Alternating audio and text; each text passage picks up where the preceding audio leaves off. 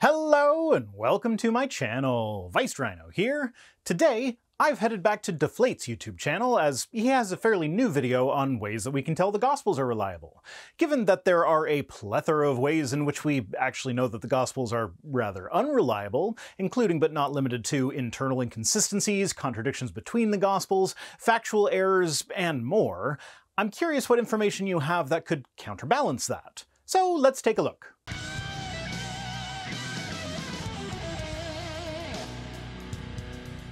First, corroboration by non-biblical documents. Okay, weak start. Unless he brings up something new, the only corroboration that I'm aware of is that there are non-biblical documents that talk about the things that the early Christians believed without actually confirming them. Well, that and the Josephus passage that pretty much every relevant scholar, Christian or otherwise, agrees is forgery, with the only argument being about just how much of it is a forgery.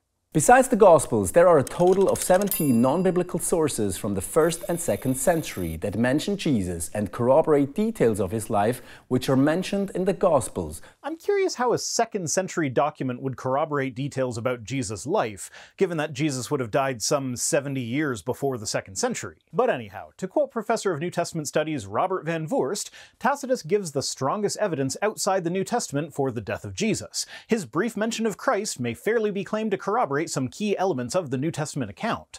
Does this testimonium tacitium therefore provide definitive evidence of the existence of Jesus? If we could be certain that Tacitus' account was based on non-Christian sources, the answer would be yes, but as we have seen, such independent knowledge is unverifiable. As R.T. France concludes, while the evidence from Tacitus corroborates the New Testament accounts of the death of Jesus, by itself it cannot prove that the events happened as Tacitus had been informed, or even the existence of Jesus. So yeah, Tacitus, according to this scholar, is the best that there is as far as extra-biblical gospel confirmation goes. And at best, from Tacitus, we get that Jesus was executed.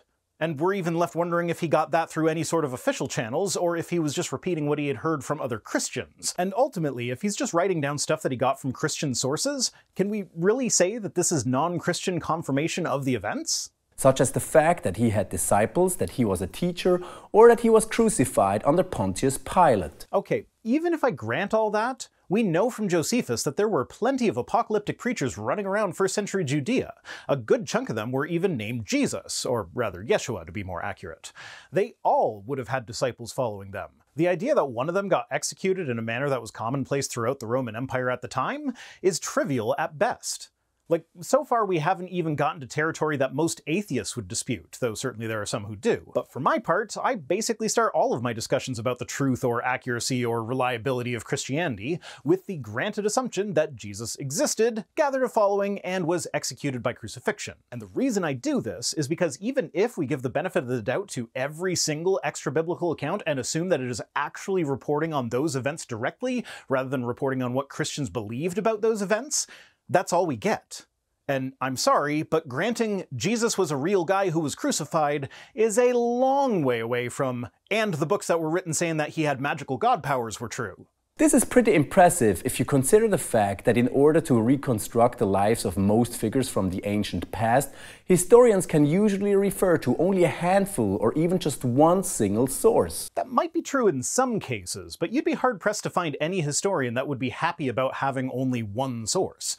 The more sources we have about someone, the better. But it's not just about quantity, it's also about quality, and part of the science of textual criticism involves figuring out where a text is likely to be accurate and where it is likely to be inaccurate. For Julius Caesar, for instance, we have a plethora of sources of varying quality. Notably, we actually have accounts of his life that were autobiographical. He wrote them himself.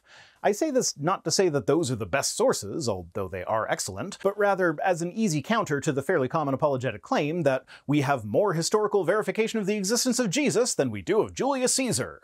And the fact that we have some of Caesar's own writings demonstrates this to be objectively false. We have 0 writings attributed to Jesus, and we have 0 contemporary accounts. Now back to Caesar, we know that he got a lot of the details correct, but he also sugarcoated some of his less pleasant actions, so we can't just assume that his own writings are telling a perfectly accurate story. But we have other contemporaries of Caesar who wrote about his life: Cicero, Sallust, Appian, Plutarch, and Suetonius, most of whom wrote multiple documents detailing various parts of Caesar's life.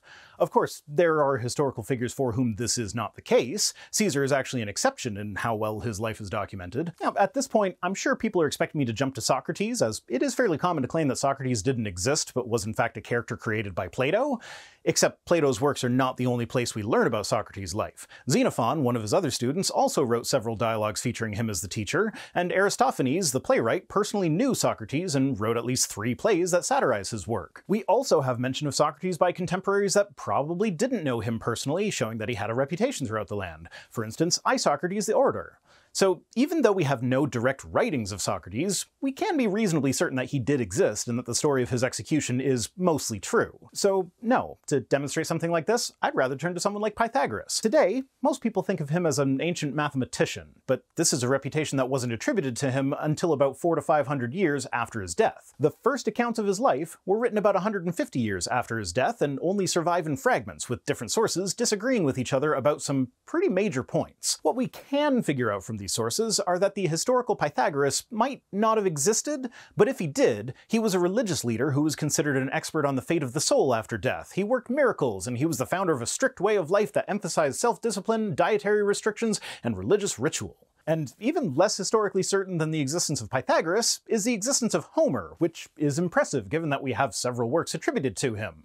But the problem is that the manuscript tradition for these works breaks down long before he was supposed to have existed.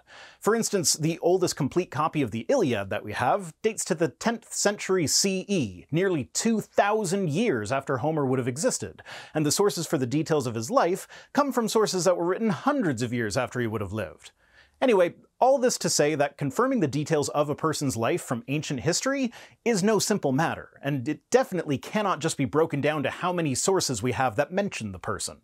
Among the 17 sources are, for example, the Roman historian Tacitus, who is considered the most important author upon whom our knowledge of Roman history is based. Well, I've already kinda dealt with Tacitus, but I never read what he actually said, so let's give it a go. Lord knows Lucas isn't gonna do that, because then it would be painfully obvious how much of a stretch it is to call the Gospels reliable based on what Tacitus said.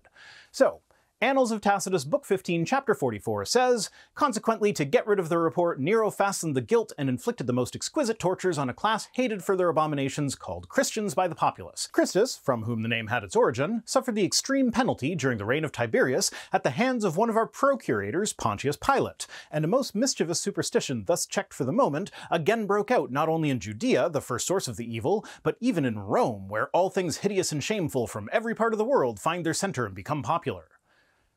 That's it. That's all there is to it. Christ is the guy who the Christians are named for, and he was executed by Pilate. It doesn't even get us to crucified, just executed. Though certainly crucifixion wouldn't exactly be much of a stretch with that wording, but that is the extent of everything that Tacitus ever wrote about Jesus. In his work The Annals, which has been called the pinnacle of Roman historical writing, he establishes that Jesus was crucified under Pontius Pilate. No, he established that Christians were named after him, and he was executed by Pilate. Don't overstate your case. Though, in a video on the reliability of the Gospels, you kinda have to overstate your case if you want to actually come to the conclusion that they are reliable, so I guess that's unavoidable?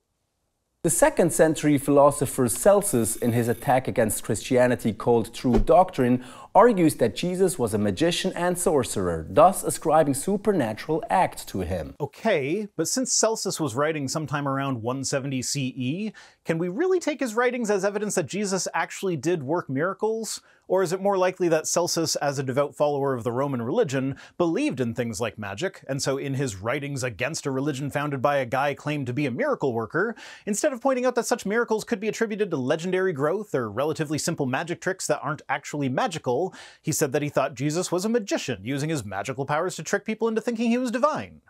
Celsus makes his opinion abundantly clear, stating that he, Jesus, having been brought up as an illegitimate child and having served for hire in Egypt and then coming to the knowledge of certain miraculous powers, returned from thence to his own country and by means of those powers proclaimed himself a god. He then goes on to compare Jesus to other magicians, saying, to paraphrase, "What are we to make of the other magicians who can do miracles? Should we believe that they are sons of God as well?" So, yeah, if we take Celsus' claims of Jesus' miracle powers as proof of the reality of those powers, then are we to believe that the other magicians that Celsus compared Jesus to really had magical powers as well? Also worth mentioning is that none of Celsus' writings survived in their original form. We know of them exclusively through their quotation in the Church Father Origen's work called Against Celsus. And to bring it back to how far after Jesus' life Celsus was writing, that would be the equivalent of me saying that I don't think Mormonism is true, but Joseph Smith really did commune with spirits while his face was in the hat. They just gave him a blasphemous false doctrine rather than the true one, and then people using my statement as proof that Joseph Smith really did see things in his hat. This would be ridiculous. I have no way of verifying that information. It would clearly just be my response to the claim that the Mormons make about him, rather than an attestation to the event itself. And I undoubtedly have access to much higher quality information about the life of Joseph Smith than Celsus had about Jesus. So all in all, there are a total of about 60 facts about the life of Jesus that can be known from outside the New Testament. I really want to see that list of facts. Having read most of the extra-biblical references to Jesus myself on a number of occasions, at best, you could get like 5 things. On Elisa Childer's blog, she lists 10 facts, but in order to get her list to 10, she has to do a number of pretty big stretches, like claiming that when Phlegon said that in the time of Tiberius Caesar there was a full eclipse of the sun, that confirmed that Jesus lived during the time of Tiberius Caesar. Except it doesn't confirm that, it confirms that there was an eclipse at some point while Tiberius was emperor. If that's the kind of stretching you have to do in order to find 10 extra-biblical confirmations of anything Jesus-related, then I beg you, please, tell me what's on the list of 60. I think that would be hilarious to read.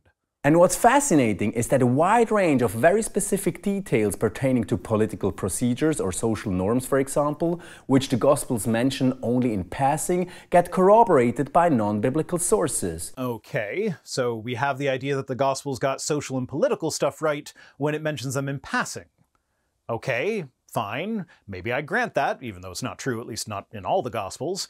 But then what of the ones it doesn't just mention in passing, but focuses on heavily? Like the idea that part of Passover was for the Romans to release one prisoner, a detail which doesn't fit with anything that we know about Roman history, in Judea or elsewhere. It especially doesn't fit well with the kind of person Pilate was, according to non-biblical sources. He was an iron-fisted ruler who didn't care about what the locals thought of him, and wasn't above using violence to intimidate them. The Bible also describes Barabbas as an insurrectionist and a murderer, exactly the kind of prisoner that the Roman authorities would definitely not release. Also, fun fact, but the name Barabbas translates to son of the father, which, if this is an invented story, ends up having significant meaning. The people choose the violent murdering son of the father over the son of the father who is the actual savior. In some manuscripts, he's even named Jesus Barabbas, making the comparison all the more pointed. So what are we to make of this event that the Bible portrays as a well-established tradition, for which there is not only no supporting evidence, but a plethora of evidence that it was made up whole cloth? Or how about the empire-wide census that supposedly happened when Jesus was born? Not only is there no record of such a census, but no census in all of Roman history required anyone to travel to the city of their distant ancestors in order to register. Such traveling would not only cause widespread economic disruption throughout the empire, but would completely defeat the purpose of a census in the first place. The whole point of a census is to find out how many people are living in a certain area. If you make them leave the area they live in to register somewhere they don't live, then your census will be inaccurate. So, sure, maybe the Bible got the detail right about the procedure for a leper being declared healed by the priest, or maybe it was right that King Herod existed and that Pilate existed and stuff like that. But when you get the big, important details demonstrably wrong, you can't then use the little details to claim that the demonstrably wrong details are actually correct somehow. That's not how this works. These tiny little details make for a very compelling cumulative case for the historical reliability of the biblical account. They really don't, though. Since it's very unlikely that anyone would know about them unless they were actually present at the events which they describe. Well, by that logic, of course they were correct about the private conversation that Jesus had with Pilate, because how could they have known what happened unless they were actually there? They weren't there. It was a private conversation. I'm going to need you to give some specifics in order for any of this to be taken seriously. And they'd better be damn good specifics too, if you want to have any hope of overcoming the huge details that we know they either got wrong or just made up. Now, let's talk about archaeological discoveries. John's Gospel describes Jesus healing a man whom he met at the pool of Bethesda, located in the vicinities of Jerusalem. John specifically mentions that the pool was surrounded by 5 porticos. For a long time, there was no archaeological evidence of such a pool outside of Jerusalem, which was part of the reason why the reliability of John's Gospel was questioned. However, archaeologists have since dug out the pool and its 5 porticos, which means that John got it right. Okay, great. The author of John knew about a pool, and a pool that could potentially be the pool that he described was found. We're still in Spider-Man territory, though. That is, to say that the Gospel of John is reliable history because he described a pool that actually existed is akin to saying that Spider-Man comics are reliable history because they accurately describe New York City. For a long time, skeptics also cast a doubt on the historicity of the Passion narrative by pointing out that there isn't any evidence that Romans ever used nails for crucifixion. That's actually a new one for me. I hadn't heard that before. Though, now that I look into it, it's interesting that with the huge number of people executed by crucifixion in the Roman Empire, we only have one archaeological find that confirmed the use of nails. Though, I have no reason to doubt that when Josephus described crucifixion in his work The Jewish Wars, his use of the word nail meant, you know, a nail. It was thought that people were tied to the cross with ropes instead. What's more, the account of Jesus' burial in the tomb of Joseph of Arimathea was also considered to be non-factual, since it was thought that Romans consistently left their crucifixion victims hanging on the cross to be picked apart by birds. No, it's not thought that this was common. This was common. Now, I'm sure you're going to mention one of the 4 known exceptions to this rule in all of recorded history, but as it is often said, it's the exception that proves the rule. We know of tens of thousands, if not millions of people that were crucified by the Romans. We know of 3 who were taken down while still alive thanks to Josephus, but 2 of whom died of their wounds, and we know of 1 who was buried in a proper tomb, thanks to the find of a tomb that contained a foot bone with the nail still attached. So, from this information, we know that it is hypothetically possible for a crucifixion victim to be removed early and placed in a tomb, but we also know that it is highly irregular. Proving that something recorded in the Bible could maybe occasionally happen to non-biblical characters is not proof that the Gospels are reliable. At best, it makes the Joseph of Arimathea story less implausible than it would be without those facts, but it remains an incredibly implausible story, especially given the fact that Joseph of Arimathea was said to be on the council that voted unanimously to put Jesus to death. It seems unlikely that someone who voted to execute Jesus as a criminal would allow his body to be placed inside his own family tomb, which actually brings us to another issue. First-century tombs in the area were not single-body affairs. It would have been a family tomb that contained other deceased members of Joseph of Arimathea's family. What happened to their bodies, I wonder? Were they part of Matthew's zombie apocalypse, and that's why the tomb was empty? Because all the tombs were now empty? It also just seems like a legendary development. No mention is made of a tomb for Jesus until the Gospel of Mark. You'd think that Paul would have written about such an important detail, but he seems to have completely missed it, simply stating that Jesus was buried, with no mention of a tomb at all. However, in the late 1960s, a stone ossuary from the 1st century was found containing the bones of a crucifixion victim. Yeah, there you go. I'm gonna go ahead and skip the rest of this part, as the whole proving that people were crucified with nails thing seems kinda pointless to me, and I've already gone over some of why Jesus being buried in a tomb seems more than a little bit unlikely, even given the one single crucifixion victim that was found inside a tomb. If you want more detail on the specifics of the empty tomb claim, I'll leave a link to one of Paulogia's videos where he does an excellent job, as always, going over the relevant information for you. The third argument in favor of the reliability of the Gospel accounts is the fact that they accurately describe the geography of 1st century Palestine. I mean, maybe if we ignore Matthew, Mark, and John, they do, but I don't think ignoring 3/4 of the Gospels is very good practice for determining the reliability of all 4 of the Gospels. Basically, there's a lot of little things, but there's one major geographical blunder that Mark makes that seems to have made its way into Matthew and John, and it's one that nobody who was familiar with the region would have made. They refer to the Sea of Galilee as, well, the Sea of Galilee. The locals called it the Lake of Gennesaret. It's not even close to big enough to be called a sea, and the Greek word that Mark, Matthew, and John use to refer to it typically indicates a body of water containing salt water rather than fresh water.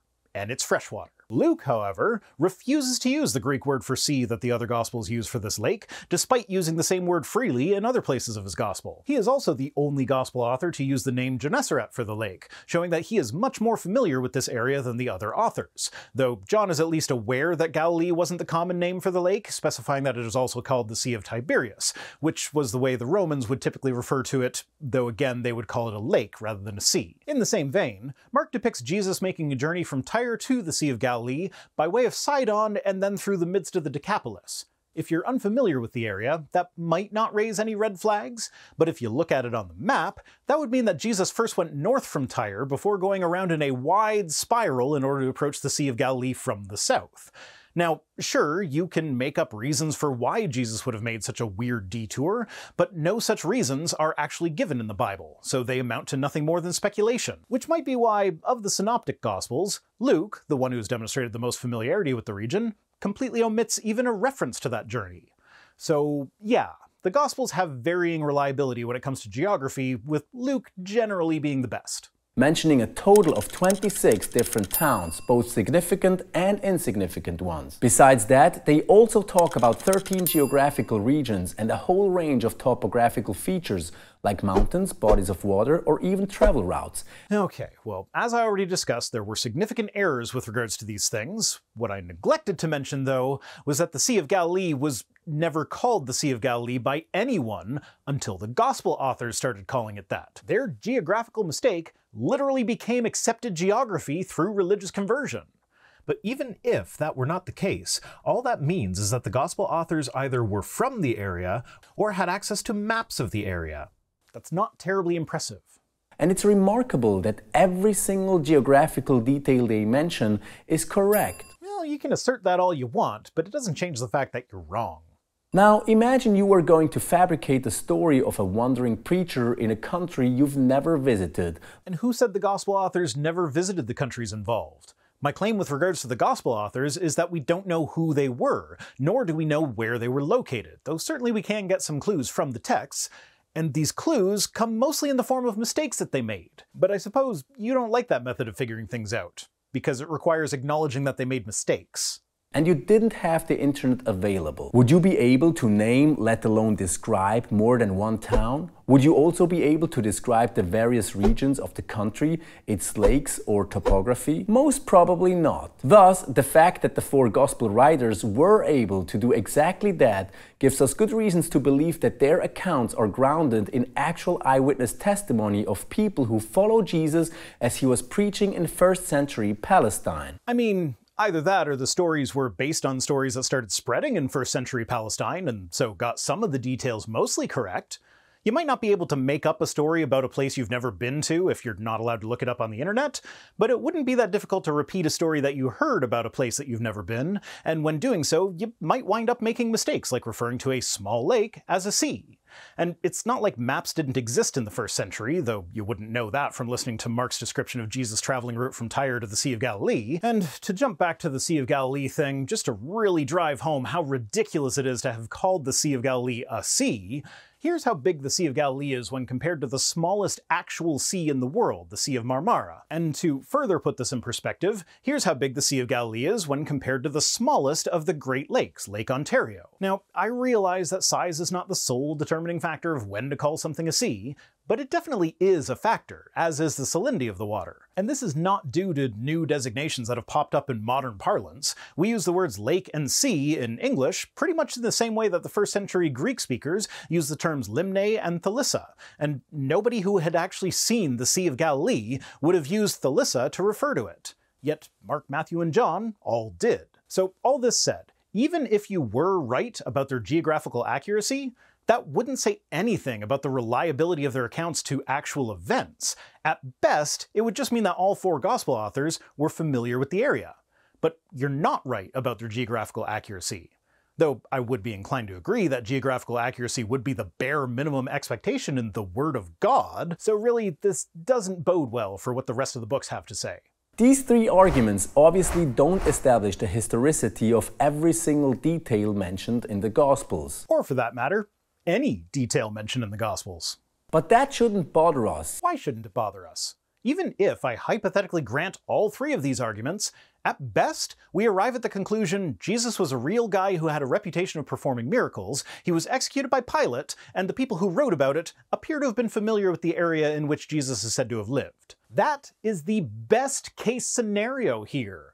But as I've spent this whole video explaining, we don't even reach that very low bar when you actually look at the details. Since corroboration of every single detail is a rather unreasonable standard that no ancient document is required to meet in order for it to be considered reliable. Okay, but according to apologists such as yourself, this isn't just any ancient document, this is supposed to be the Word of God. Is it unreasonable to hold God to a high standard? Like, the Bible doesn't even manage to lumber its way over the incredibly low standard that you've set for it here, but you want me to believe that it's the Word of God?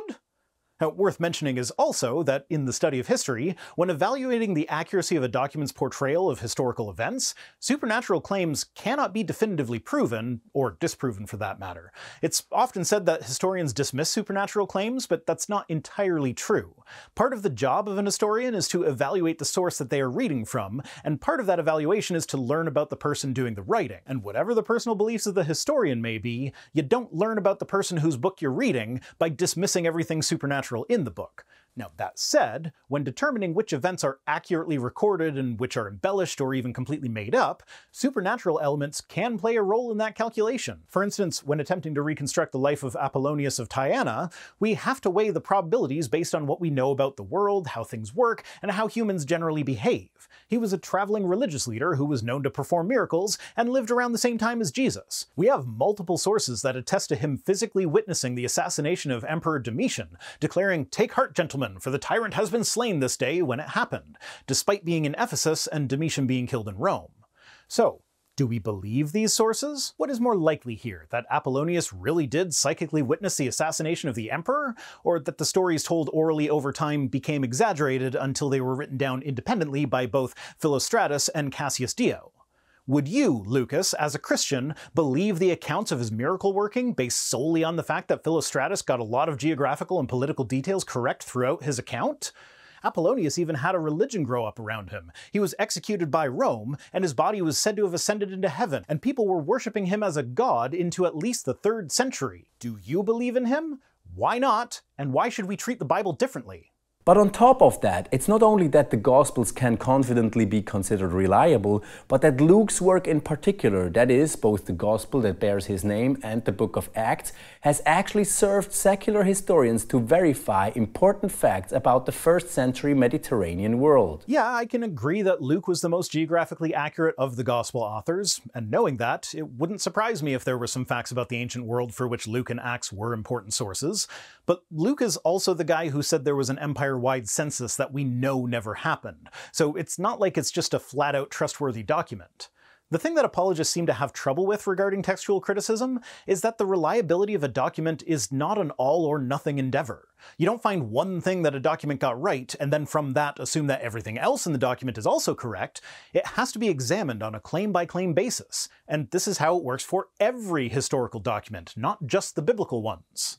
In the book of Acts alone, there are over 80 pieces of data pertaining to geography, politics, technology, and transportation described with perfect accuracy. And once again, I'd be really interested in seeing that list. I checked the description of his video, he does list one single source, and it's a blog post by Jonathan McClatchy, a guy with a PhD in evolutionary biology who is closely associated with the Discovery Institute and regularly writes for Evolution News, the anti-evolution website. Now, as an uncredentialed cretin myself... Okay, first of all, it's cretin. If you're gonna threaten me, do it properly. Far be it from me to claim to know better than someone with a PhD when talking about their subject, but we're talking about the study of history and textual criticism here. Why are you using an evolutionary biologist as a source?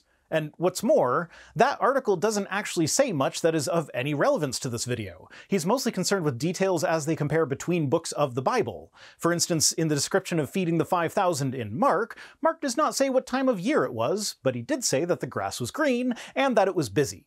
And in John, he said it was during Passover, a time when it would be busy and the grass would be green. Therefore, we can assume that these accounts are historical, because they confirm one another in little details that wouldn't otherwise matter. Because, it would be totally impossible for the grass to be green and for the area to be busy at any time of year other than Passover. And despite the evidence that the author of John had access to at least the book of Mark, and that the author of John often went out of his way to issue what he apparently thought were corrections to the story, it couldn't possibly be that the author of John was adding details to explain why it was so busy in an area that was mostly small towns and villages. Must be that Jesus really did feed 5,000 people with 5 loaves of bread and 2 fish. And so it's not only that Luke's work is considered reliable, but itself serves as a reference to help reliably reconstruct history. Not really. Not that I'm aware of at any rate. And nothing from your single source backs that up. Well, your source does say that there are over 100 points of corroboration between the Book of Acts and secular sources, but remember, he's not talking about data pertaining to geography, politics, transportation, etc. He's talking about these weird little coincidences of minor details that fit in with minor details of other stories. And given how weak the green grass example was that he used, I'm sure it's a relatively easy thing to find such coincidences between the Book of Acts and other books depicting the same time period. Unfortunately, for the author of Luke and Acts in particular, he gets some major details so massively wrong that it calls his general reliability into question. And hell, as long as everybody's just pulling numbers out of their asses, there are at least 69 major errors regarding geography, politics, culture, topography, whether or not Ross and Rachel were on a break, space travel, dog grooming, and more.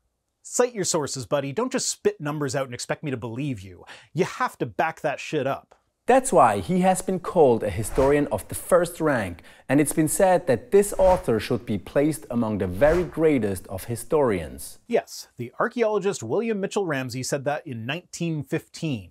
For a more modern view, New Testament scholar Mark Powell said in 1989 that it is doubtful whether the writing of history was ever Luke's intent. Luke wrote to proclaim, to persuade, and to interpret. He did not write to preserve records for posterity. An awareness of this has been, for many, the final nail in Luke the historian's coffin.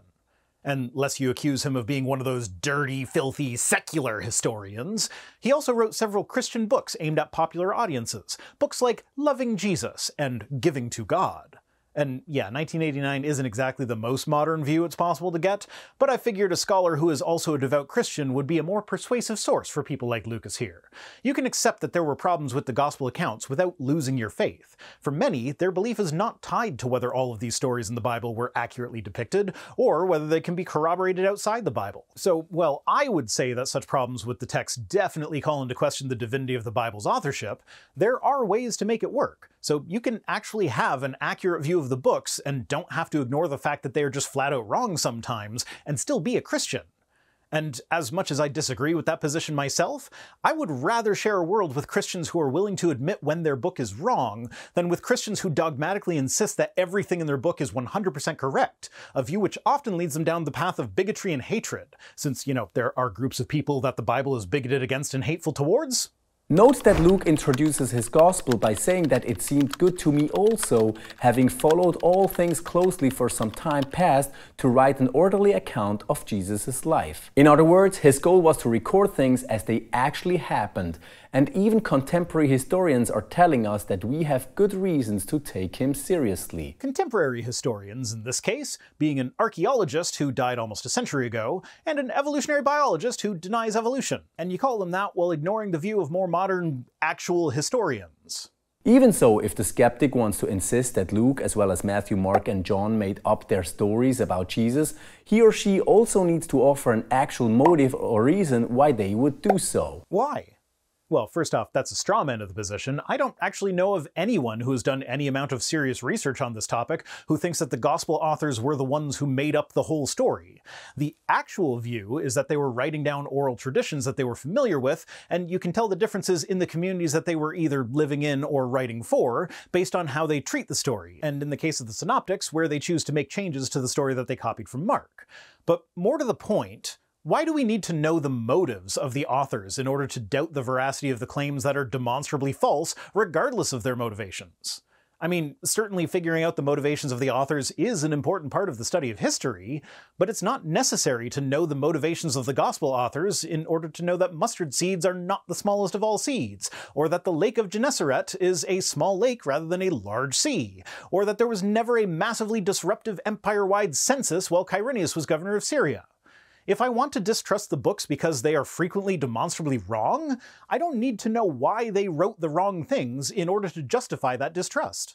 This is a thorny one when you consider that anyone in the first century who claimed that Jesus of Nazareth was not only the crucified Messiah but nothing short of God in the flesh was likely to suffer seriously, to be persecuted or even fed to the lions in Rome. Not at all. I mean, sure, there were instances of sporadic persecution of Christians in the first few centuries of Christianity's existence, but for the most part, at least until the destruction of the Temple in Jerusalem in 70 CE, Christianity was usually seen by the Romans as a subset of Judaism, and was tolerated, with the notable exception of Nero blaming the Christians for the fire in Rome. After 70 CE, Christianity was mostly ignored, though it was generally frowned upon, since they wouldn't worship the emperor as a god. They were seen as strange, a curiosity, convenient to blame when things go wrong, because they wouldn't worship whatever god would have fixed the thing that went wrong, but not really persecuted. But also, by that logic, Mormonism should never have gotten off the ground, as they were definitely persecuted in their early days. Missouri Executive Order 44 called for the complete extermination of the Mormons, and yet they still exist today, despite that persecution. Muhammad, when he began converting people to Islam, was persecuted by the Meccan elite, who saw his new religion as a threat to their businesses, and yet Islam grew and became an established religion, which is currently growing while Christianity shrinks, with Islam expected to be the majority religion of the world by the year 2050. So not only was there no real reason that Christians should expect to be officially persecuted, but official persecution is not always successful at stopping new religions. And in fact, many well-established religions have their beginnings in persecution. So if that's a good argument for Christianity, it's also a good argument for all these other religions. With this in mind, why would anyone make up a story in which these claims take central stage? Why would Muhammad make up a story that nearly got him killed on numerous occasions? Must be true. Nobody would make that shit up. By the way, the willingness of people like Matthew and John to suffer for what they claimed about Jesus is not only a powerful argument for the historical reliability of the Gospels, but it also makes for a very powerful case in support of the historicity of the resurrection of Jesus. No, it absolutely does not. And I'm not getting into the details at the moment, but suffice it to say for now that the sources we have for the miracles of Apollonius of Tyana are better than the sources for the suffering and martyrdom of the disciples by leaps and bounds. So if you credulously accept those sources, you need to explain why you don't think Apollonius was also divine. That's it for this one. No comment of the day today. Instead, I would like to dedicate today's video to Rhodey Green, who sadly suffered a series of strokes recently and has now made the decision to seek medical assistance in dying. He wanted me to let all my viewers know about this decision, and I'm happy to oblige. He's been a long-time viewer of the channel, and while I am sad to see him go, I do want to take a moment to try and destigmatize medical assistance in dying. I very much believe that people have a right to their own life, and that includes the decision on when it should end, if circumstances bring one to a point where being forced to continue existing becomes a hardship in and of itself. I really appreciate Rhodey's openness in this matter and his willingness to share, and I know that he's experienced some difficulty in his application because of mostly religious opposition, but also because there's difficulty accessing doctors who are willing to help. If you'd like more information, I'll leave a link to Dying with Dignity Canada in the description, and while you're there, please consider donating. Rhodey, may you find the peace that you are seeking. It's been a pleasure sharing some of this journey we call life with you. You will be missed, and your memory will be cherished. Thanks for watching. I'll be back next Friday with more, but if you need to get your Rhino fix in before then, I live stream with Cirrus every Wednesday at 8:30 Eastern on my other channel, The Watering Hole, and I stream with my partner every Tuesday at 1 p.m. Eastern here. Thanks to Tim Robertson for being my Patreon and sponsorships manager, and special thanks as always to my patrons, who are the minor details that my channel gets correct. If you'd like to be the reason that some people will explain that I must be right when I'm demonstrably wrong about something huge, you can join us on Patreon for as little as $1 a week over at patreon.com/ViceRhino, or by supporting the channel in one of the other methods that can be found at links.vicerhino.com, which is also where you'll find links to my other projects. If for whatever reason you want to send me stuff, my P.O. Box address is in the description. See you next time!